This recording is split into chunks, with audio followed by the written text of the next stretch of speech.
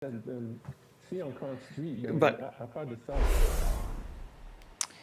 all right, here now is Liberal leader Justin Trudeau, day 16 of the campaign. Let's listen in. À quel point c'est important pour les Québécois. Just how important it is for Quebecers. Earlier, I met José and Jocelyne of the Lac Boivin Interpretation Centre. I want to thank them for their devotion, for everything they do to help the general public to learn more about this. Of course, I also want to salute the two remarkable Liberal candidates who are with us today. First, we have Breton, candidate for Shepherd here, Pierre. We're all looking forward to see you in Ottawa with us. Once again, bring the voice of people of Shepherd to our team. Thank you for your work, and there's a lot of work to come in the coming years. And Stephen Guilbeault, what can I say about him? Stephen, thank you for your legendary devotion to the environmental cause. It's not always easy to protest against government and then later join them and carry the vision and perspective. That's not just extremely ambitious, but very practical on how we can do it. Because not just enough to say nice things, we have to roll up our sleeves and do it. And that's exactly what you did within our team these past years. And together we will continue to do even more to advance in the right direction.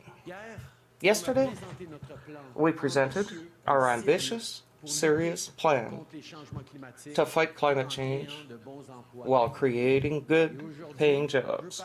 And today, I want to talk about even more measures we'll take to protect the environment. We made a choice to protect Canada's lakes, rivers, and oceans. Stephen Harper had protected less than 1% of our marine and coastal areas, and in the 6 years since, we've boosted that to 14% and on our way to 30%. We've worked with provinces, territories, and Indigenous partners to safeguard fresh water, and we're banning harmful single-use plastics and ending plastic waste by 2030. We've done a lot, and now we're choosing to do even more. A Liberal government will make an historic investment of inaudible over the next 10 years to protect our fresh water like the St. Lawrence River. It's a source of drinking water for 25% of Canadians. So I can't tell you just how important it is to protect our lakes. And then with our Indigenous partners, we will modernize Water Resources Act that's 50 years old, and we will continue to move forward on the road to reconciliation. Has the responsibility to be a world leader and invest in freshwater research.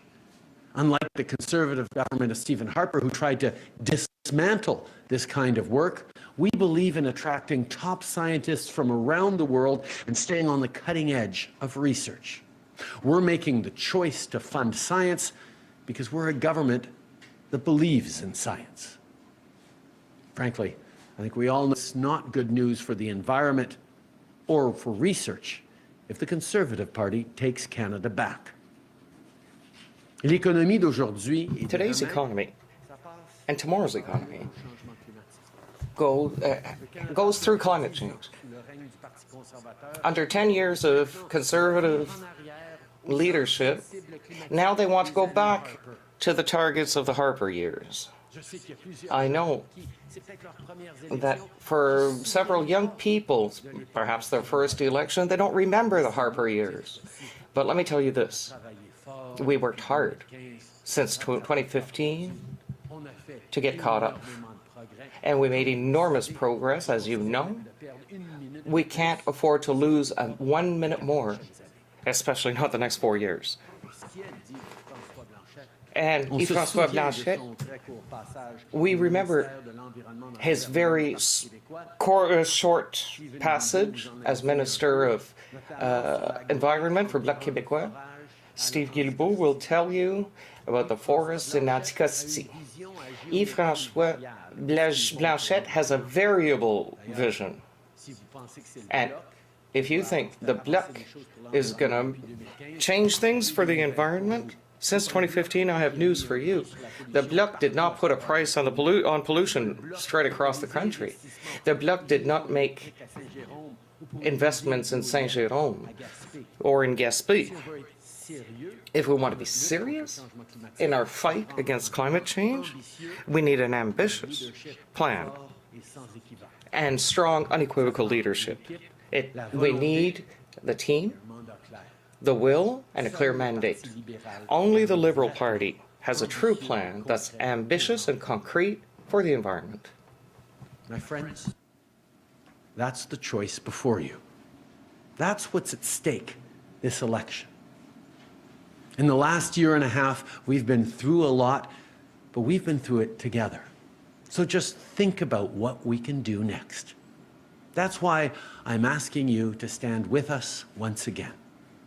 For clean water today and tomorrow, for good jobs now and in the years to come, for affordable homes and affordable childcare, for the Canada we want to build for everyone. Faisons le choix d'en finir avec la Let's make the choice to put an end to end COVID-19 once and for all. Eric O'Toole can't even convince his party that climate change is real, just as he can't convince his candidates to get a vaccine. Yves-François Blanchet last night said he was in favor of mandatory vaccination for a federal worker. He's for it, but he's also against it. That's not true leadership. The right choice is the vaccine passport, like here in Canada. The right choice is to get the vaccine. And I take the advantage now to encourage you to go get it. Get the jab. To make the right choices for the future. Now's the time to work relentlessly and build a Canada that's even stronger for everyone. Let's choose to move forward together. Thank you. Merci beaucoup, Monsieur Trudeau. On va commencer la période de questions pour 20 minutes avec. We'll start with a 20-minute question period. Morning, Mr. Trudeau. A lot of the announcements you've made over the past 2 days, especially on environment, are ideas we've heard from you before. You've talked about this election campaign putting big ideas on the table. We still haven't seen a platform from you. The first televised debate is this week. Canadians are going to be voting in 3 weeks from today. When are we going to get to hear about some of those big ideas, and when will you release your platform? As you've seen from the beginning of this campaign, we've been putting out big ideas. And as for the fact that much of this environmental platform is building on the tremendous hard work we've done over the past 6 years, well, that's exactly right. We knew when Canadians elected us in 2015 that we had to go bigger and stronger and more concretely on fighting climate change. And that's exactly what we did over these past 6 years, in banning single-use plastics, in moving forward with a price on pollution right across the country over the resistances of a number of Conservative politicians. We've gone from 1% of our oceans protected to 14% in just a few years, and we're going to keep going. There has never been a government as ambitious as this one on climate change. And with the plan we put out yesterday and the positive reactions from NGOs across the country who are saying, wow, it's not just an extremely ambitious plan, it's also a plan that is deliverable, that is doable, that has figured out how we're going to make those important decisions to move forward, Canadians can know that that choice of either actually going back to the Harper targets, going back to the Harper approach on the environment under Mr. O'Toole, or continuing to be ambitious because we understand that not only is fighting climate change the right thing to do, it's the best thing to do for jobs and the future. That's the choice Canadians are laying out, and I'm excited about all the announcements that we've been making. And yes, our platform will be out in the coming days. Following up. The Conservative campaign is pointing out today that Mr. Guilbeault is in arrears to Revenue Quebec of an amount in excess of $10,000. We don't know exactly what the amount is. Have you spoken to him about this? Has he told you how much he owes? And did he explain how someone who makes a pretty good salary as a cabinet minister could end up in that position? I think it's probably a very dangerous path to walk for Mr. O'Toole to start trying to attack other people's candidates when we see that his own candidates won't even confirm that they're getting vaccinated. His own candidates are out there peddling conspiracy theories on vaccinations and, as we saw recently with Cheryl Gallant, on the environment. I think Canadians know how important it is to step up and continue the fight against climate change, to not even be more ambitious, which we are, but to also have a concrete plan to deliver on that. And on fighting climate change and doing the right thing, I'll take Stephen Guilbeault over Cheryl Gallant any day of the week. Je pense que c'est vraiment troublant. That is very troubling to see that Mr. O'Toole continues to defend candidates who share conspiracy theories, who continue to deny climate change, who refuse even to be vaccinated. The great majority of Canadians made the responsible choice to protect themselves, to make the necessary sacrifices to get through this pandemic, and the lack of leadership from Mr. O'Toole and Mr. Blanchette regarding vaccination is mocking the sacrifices that so many Canadians made during this pandemic and continue to make by getting a vaccine. We need unequivocal leadership, and the way to get through this pandemic for everyone, the way we can protect our children who are going to primary school still can't get vaccinated, is to make sure that all adults are vaccinated. And leadership, unequivocal leadership, is what we at the Liberal Party of Canada can offer. Next question. I have questions for Mr. Guilbeault. Great. If he could switch places with him. Hello, Mr. Guilbeault. Since the beginning of the campaign, promising big ideas that in a platform that will eventually be unveiled, since yesterday, some things and some promises already mentioned in the budget. Are you satisfied with the ambition on the environment file? Absolutely. A re-elected Liberal government would compensate for obsolescence and overconsumption. A few countries around the world are attacking overconsumption, which will give results for the everyday citizens in terms of their wallets, but also all the pollution and green gas emissions. The announcement the PM made yesterday of capping emissions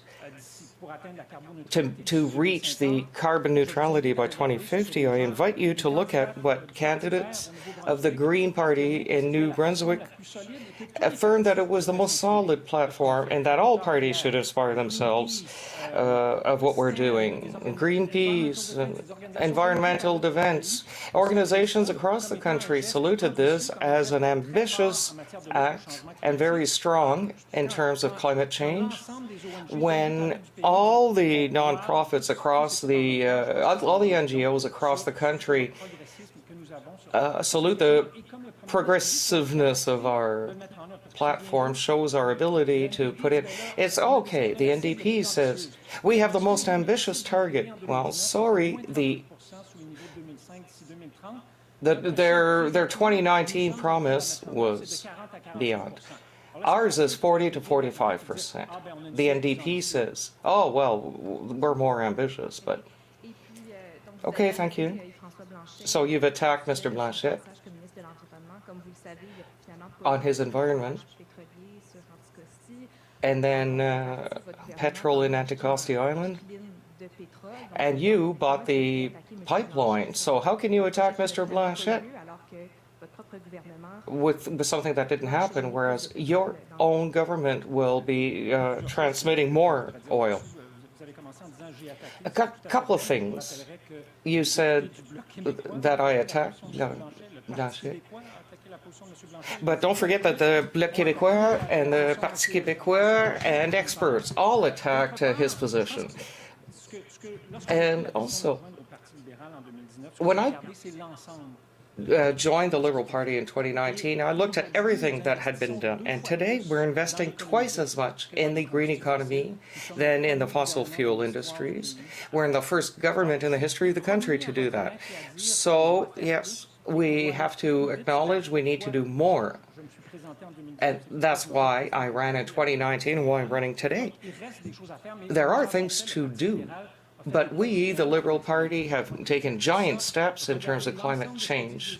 So to look at the needs of the country, yes, Greenpeace talked about our climate fight plan as a serious and ambitious plan. So if even Greenpeace is saluting us, and I'll remind you that Mr. Blanchet, as a minister of the Parti Québécois, Greenpeace then said that his plan wasn't ambitious. It wasn't serious. So according to Greenpeace, Yves Blanchet is not serious and we are ambitious. So you can see the gap between us and Yves-François Blanchet of the Bloc Québécois.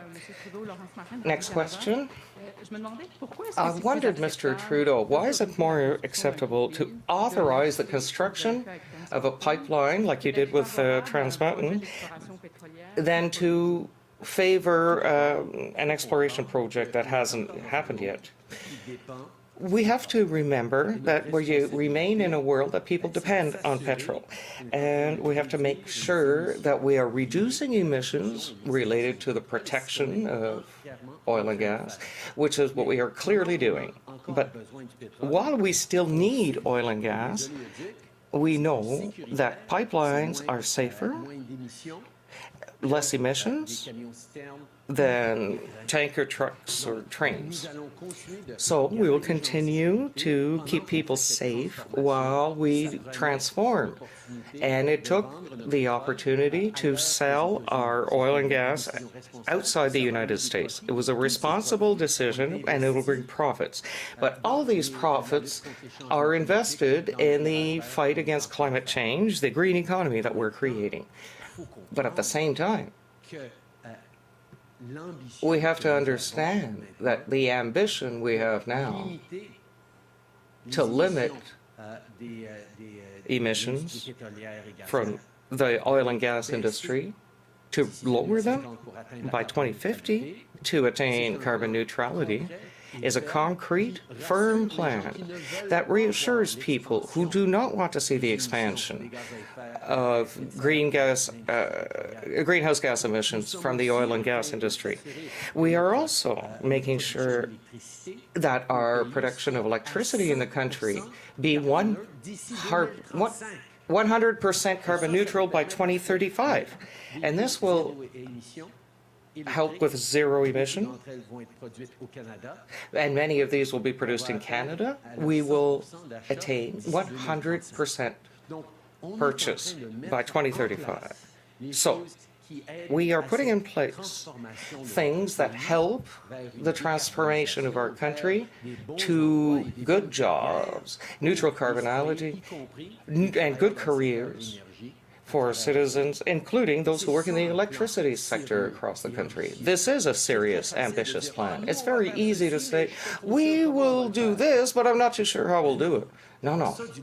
That's not leadership. Leadership is to make the right decisions, sometimes difficult decisions, so that we can reach the objective that we all share, which is to win the fight against climate change and ensure a better future for our children and grandchildren. Thank you.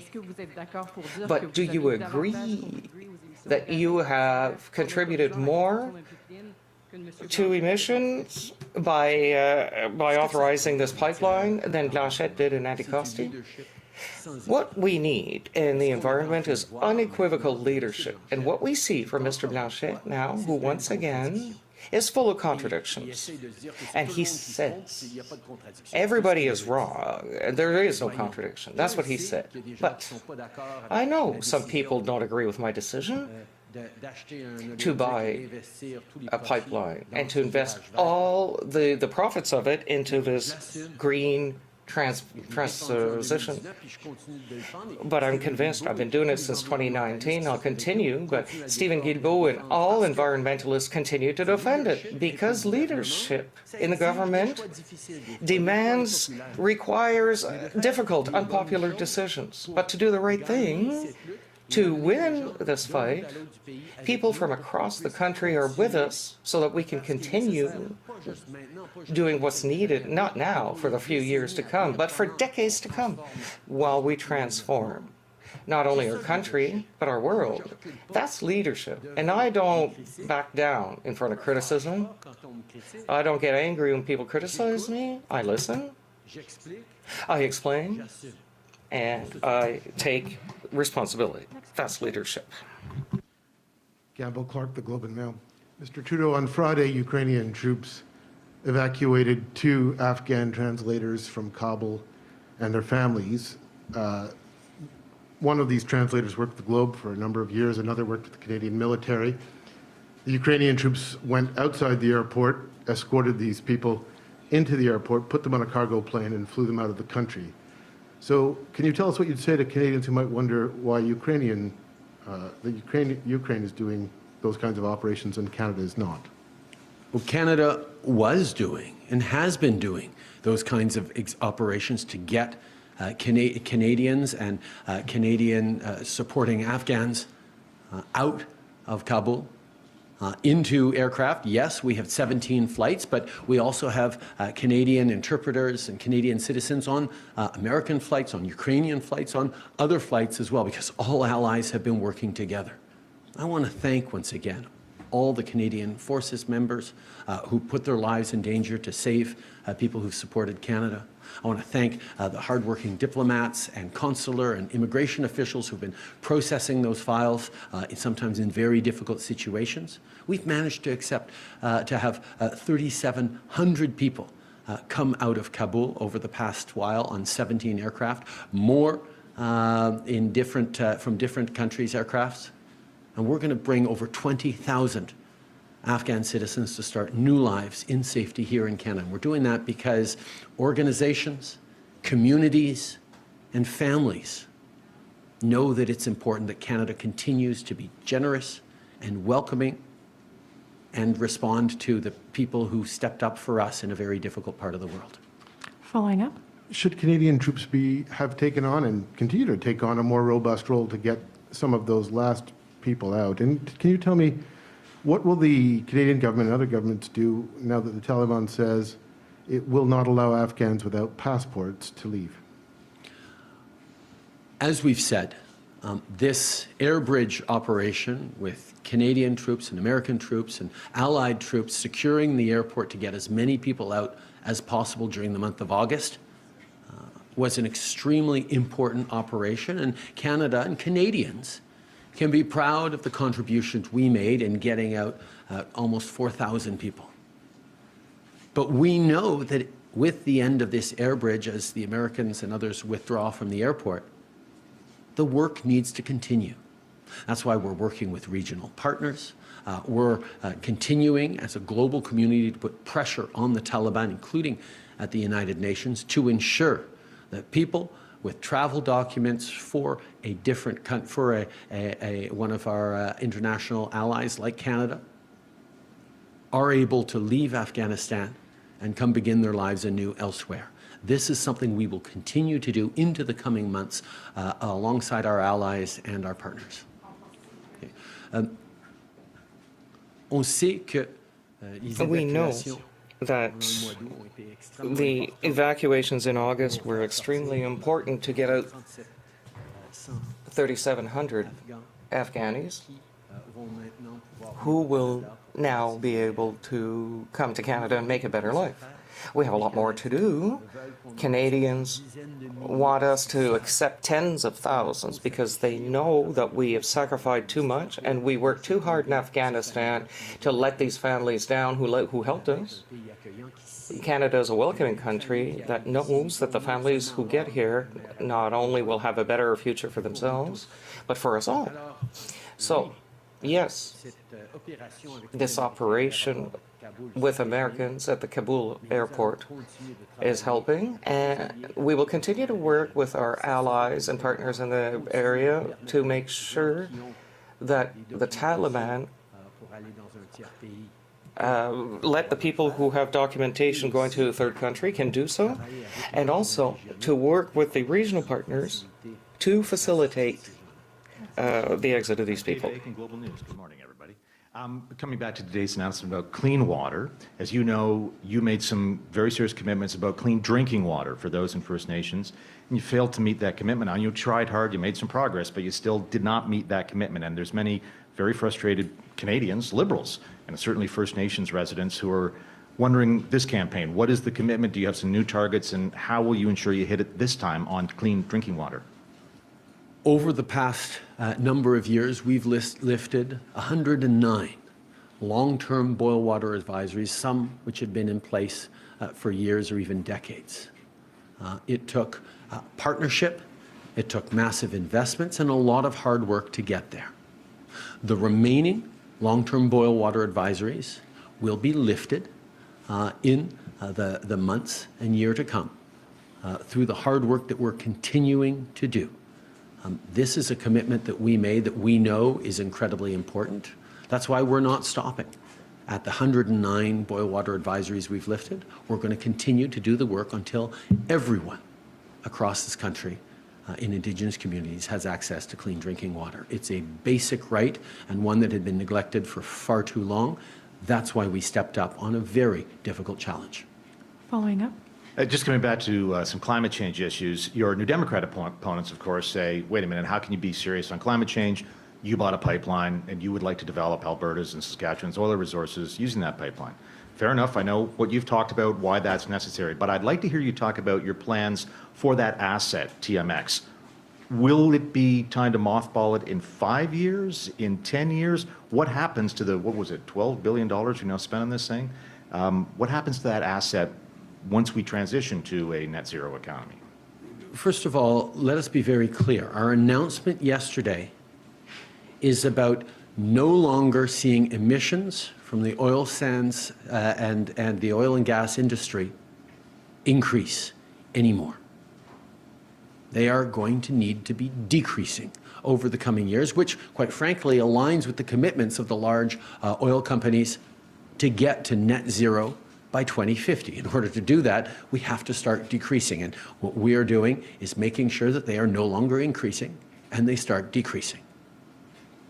So the biggest concern that people have around the pipeline is, oh, we're going to see oil sands expansion. No, we're not. We're not going to see an increase in those emissions. And that's really important. We need to work with the industry to make sure that we are decreasing the carbon emissions per barrel, because that is the path forward. But the industry knows that, and indeed, Albertans and people in the energy industry have always been innovative and leaders in figuring out new solutions to move forward in the right way. So we are going to continue to do that in the right way. And as for the actual TMX pipeline, I'm pleased to say that work is advancing well with the Indigenous leaders and community organizations that want to purchase that pipeline, and we look forward to moving forward with them on that.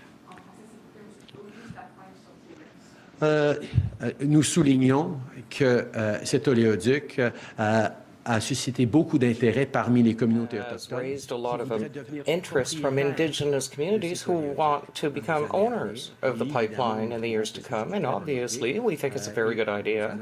And we will work with these Indigenous partners who want to buy the pipeline. Next question. CBC News. Your government committed to ending the use of single-use plastics, or at least several kinds, by the end of 2021. I was just struck by the language in your speech today.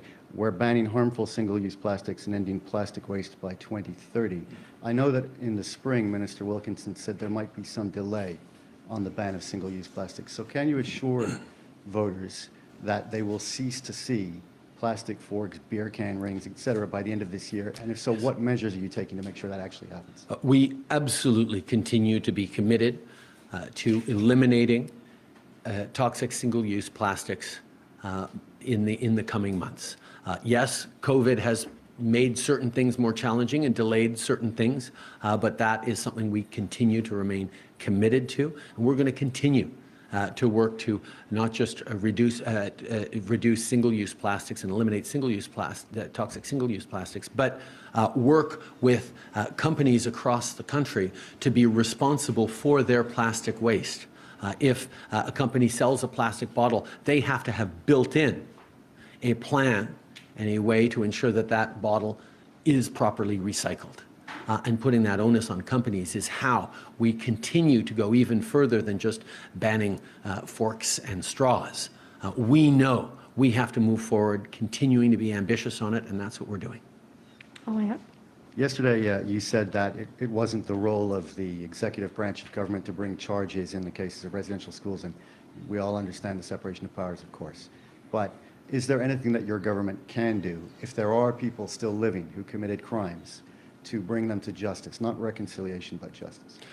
I can assure you that our Minister of Justice, David Lametti, is continuing to work with Indigenous communities and all the experts within the Department of Justice to ensure that there is justice and accountability in the case of residential schools, and follow any necessary steps to make sure that Indigenous peoples get the justice, the closure, and the reconciliation that they need.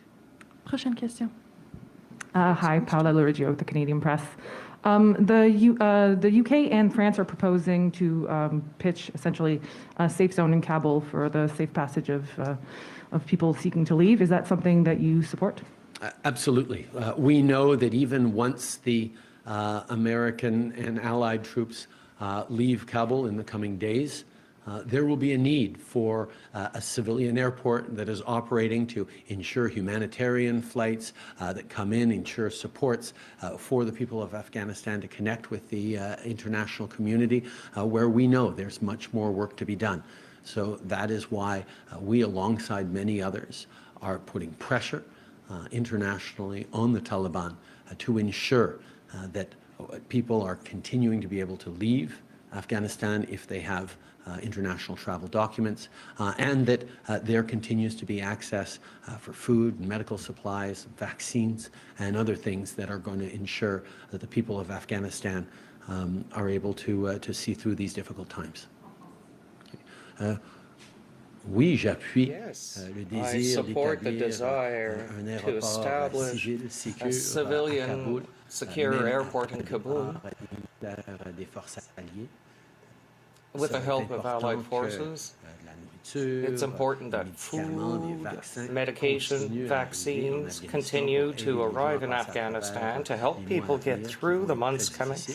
That will be very difficult. That's why we're putting pressure on the Taliban to allow this, and also to allow all those who have documentation for a third country like Canada to leave Afghanistan. The Conservatives have just announced that they've asked a candidate to withdraw amid accusations of sexual assault. Do you commit to doing the same should one of your candidates face similar allegations, and especially considering that in 2019 your party allowed a candidate to run despite an internal investigation into misconduct? As we know, every situation is different and needs to be addressed with a proper process, but absolutely, Canadians deserve to know that the people standing up to represent them, to serve them in the House of Commons, are not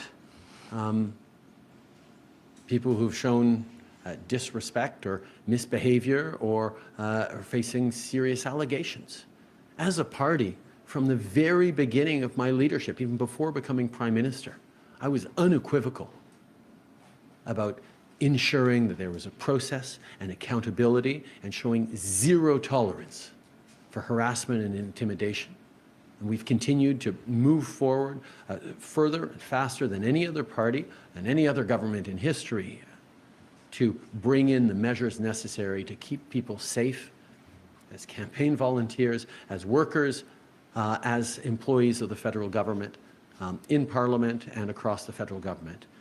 We have more to do, all of us, to make sure that Canada is free from harassment, intimidation, and we will continue to be part of that. Prochaine question. Bonjour, Nicolas Boursier, La Voix de l'Est, au nom des médias locaux. Local media. Today's announcement concern major waterways like the St. Lawrence. How about the smaller ones like the one behind us? How will the money be distributed? The municipalities, how will that be done? We are focusing specifically in this announcement on areas where the situation is extremely grave.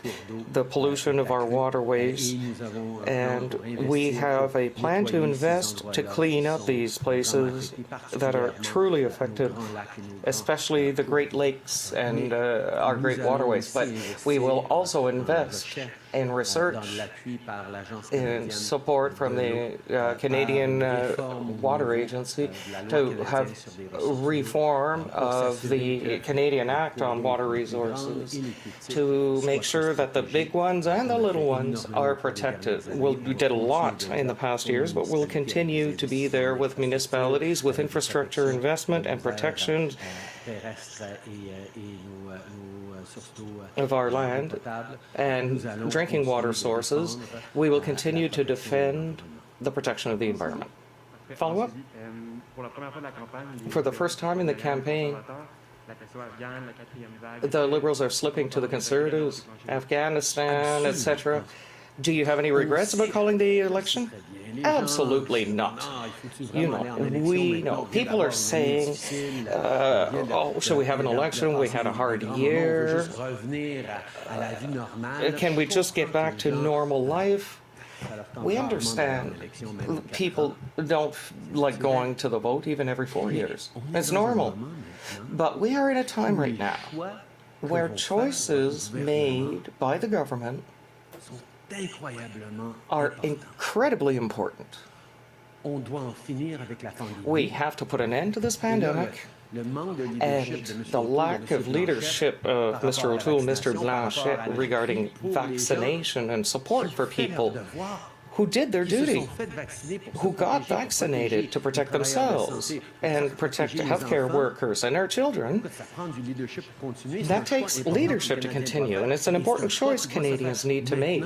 And it's a choice that needs to be made now, not in 1 or 2 years. It has to be done now. And the choice to do more to fight climate change, to bring the efforts that we made against the pandemic crisis and the climate crisis. This is a big choice. And it's a choice. Mr. O'Toole proposes, in black and white, to go back to the Harper approach and Harper targets that we have already exceeded them by far. So not only does he not want to do more, he wants to back down on this climate fight. And it's important for the right choice to be made for Canadians. We'll do big things. 37,000 spots in daycare here in Quebec with $6 billion we're transferring.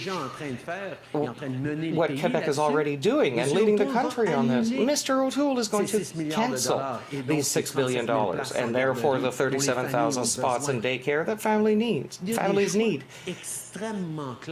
It's an extremely clear choice on how we'll build up better, how we'll fight climate change. And Canadians deserve to be heard now. And this is why we are having the election now. This ends the press conference today. Thank you.